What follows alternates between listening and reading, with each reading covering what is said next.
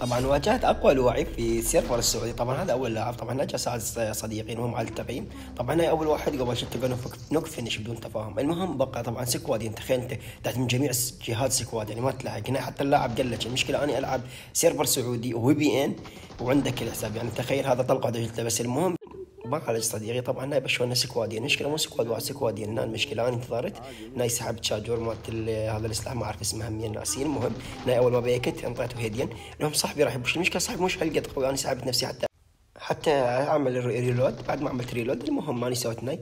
يا اخي تشوف طلقتين يا اخي، والله العظيم مستحيل مستحيل فيك لاعب مستحيل يا اخي. والله ما ادري يعني شنو الحماس الجاني ما بعرف يا اخي. انا السيرفر الخليجي صبح عندي هيك ولا شيء باللعب يا اخي. انا لاعب محترف مستحيل في احد يقدر يشوف اللقطات يشوف الحركات يا اخي. احنا نريد اخرجوا لنا شجعانكم اقوى لاعب. طبعا ناي بنايتش كلها مواجهات ضد سكوادات خليجيه. ناي راح على السيرفر الخليجي راح اصفي على ايدي. مين رايد يا عمي؟ مين اترو؟ هذا اني، هذا مش اترو يا عمري. يلا شباب خلونا لايك واشتراك وشوفوا منا هيك الجلد بالسيرفر الخليجي. كل شيء ما اريد بس استمتع.